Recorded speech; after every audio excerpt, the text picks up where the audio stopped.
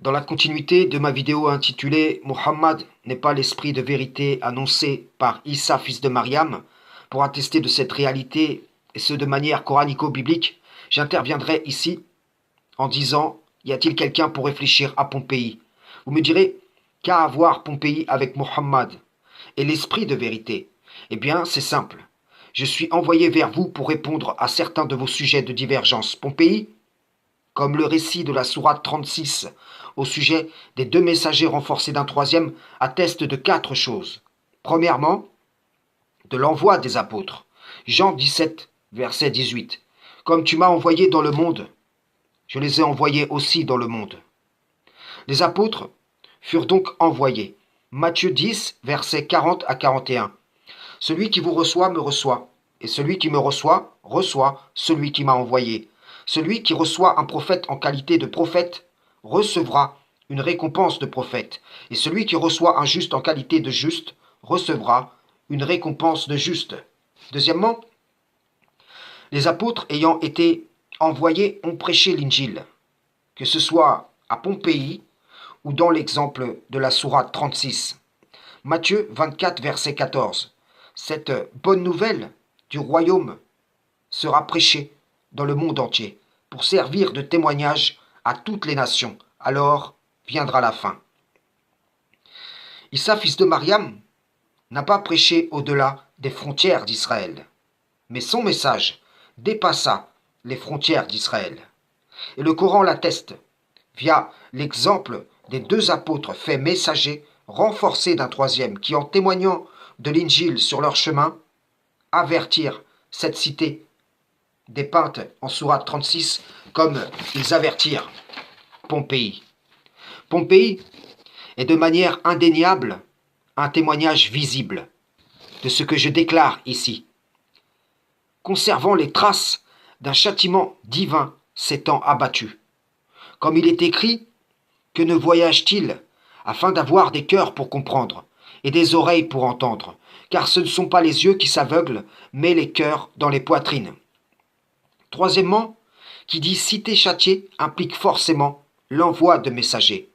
Au préalable, comme l'indique le verset qui apparaît devant vous, cela en sourate 28, verset 59, comme en Amos 3, versets 6 à 7.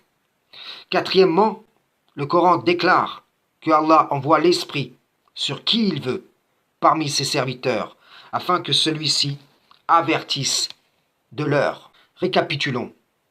Issa envoie les apôtres. Les apôtres, munis du témoignage de l'Injil, avertissent sur leur chemin. Certaines cités averties sont châtiées, ce qui atteste sans aucun doute que des apôtres furent faits messagers. Donc, il y a eu des messagers entre Issa et Muhammad qui n'avertirent pas selon un message qui leur aurait été propre, mais via une révélation connue, dont ils étaient au nombre des témoins. Issa dit que s'il ne s'en va pas, l'Esprit ne viendra pas vers les apôtres, ce qui prouve que Muhammad ne peut être l'Esprit de vérité, puisqu'il y a eu avant lui, comme l'atteste le Coran, une interruption des messagers, et que les apôtres, faits messagers, prirent le relais du Messie d'Israël, et ce, sans interruption. Ce que je dis ici atteste que l'Esprit fut répandu, et cet Esprit répandu, cette puissance qui vient d'en haut, voilà ce qu'avait promis le Père, et que donc les apôtres reçurent. Dire que Muhammad est l'Esprit de vérité, c'est nier non seulement la réalisation de la prophétie en l'effusion de l'Esprit, mais aussi ce qui est rappelé en sourate 36, ainsi que les traces laissées en Pompéi et ses alentours. Voyez-vous, la foi de celui qui seul a cru parmi son peuple et qui fut mis au nombre des honorés atteste de la promesse véritable contenue en l'Injil. Je ne parle pas ici de la reformulation altérée de celle-ci par le diable banni via les différentes idéologies forgées sur le dos de l'Injil, mais de cette miséricorde promise et accordée aux brebis choisies durant le temps de cette grâce. Alors, qui donc veut réfléchir à Pompéi? Ce que je dis ici, vos maîtres ne l'ont pas dit. C'est un signe duquel mon Seigneur et votre Seigneur me munit, afin d'attester de ma véracité. Qui veut réfléchir à Pompéi? Vous sentez-vous à l'abri du stratagème d'Allah? Suite au rappel de la sunna d'Allah, je vous demande, qu'en est-il de Pompéi? Qui a averti Pompéi? Pourquoi un tel châtiment sur Pompéi? Pourquoi Pompéi est découverte de nos jours aux yeux de tous ceux qui voudraient prendre garde?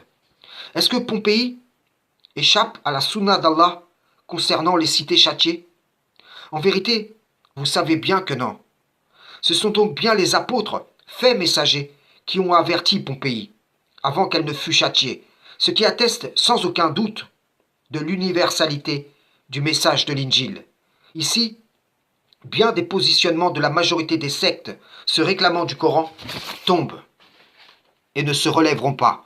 Je suis dépêché vers vous, comme les apôtres le furent en leur temps, vous avertissant sur la base du Coran, tout en établissant les liens entre les Écritures, qui attestent que le Coran est bien un rappel béni de ce que contiennent les Écritures anciennes, un rappel béni venu du Tout-Puissant. Frères et sœurs, en islam, salam, shalom.